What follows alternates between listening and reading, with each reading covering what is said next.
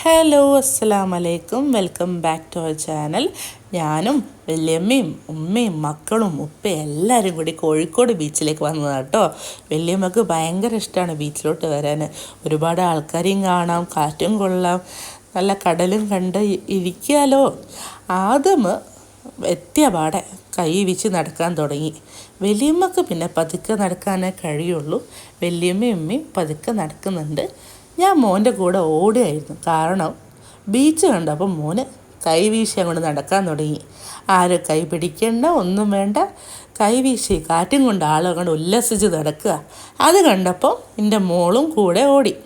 ഉപ്പ അപ്പോഴത്തേക്കും വണ്ടി പാർക്ക് ചെയ്തിട്ടൊക്കെ വന്നിട്ടോ. ഉപ്പ വന്നതിന് ശേഷം ഉപ്പയായി പിന്നെ ആദമിൻ്റെ വയ്യാലെ ഓടുന്നത്.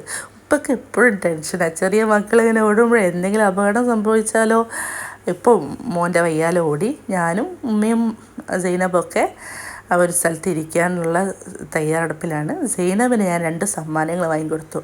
അധികം എക്സ്പെൻസീവ് അല്ലാത്ത 2 സമ്മാനം. കാരണം മോള് ആനുവൽ ഡേക്ക് സ്കൂളിൽ പ്രോഗ്രാം അവതരിപ്പിച്ചതുകൊണ്ട് അവൾക്കൊരു പ്രോത്സാഹന സമ്മാനം. അധികം എക്സ്പെൻസീവ് അല്ലാത്തത്. പാവല്ലേ ഇമ്മ, അതുകൊണ്ട് ഇതൊക്കെ വാങ്ങിക്കൊടുക്കാനേ കഴിഞ്ഞുള്ളൂ.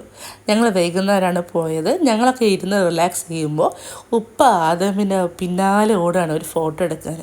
അവനുണ്ടോ വെച്ച് തരുന്ന്, അവന് കൈ വീച്ച് നടക്കുന്ന തിരക്കിലാണേ. അതിനിടയ്ക്ക് ഞാനും വല്യമ്മയും സ്വകാര്യമായിട്ട് കോൺ ഐസ്ക്രീം കഴിച്ചിട്ടോ. ഞങ്ങൾ കുറച്ച് വർത്തനൊക്കെ പറഞ്ഞ് റിലാക്സൊക്കെ ചെയ്ത് കുറച്ച് കഴിഞ്ഞപ്പോൾ ഓട്ടോയിൽ തിരിച്ച് വീട്ടിലോട്ട് പോയി. ബൈ.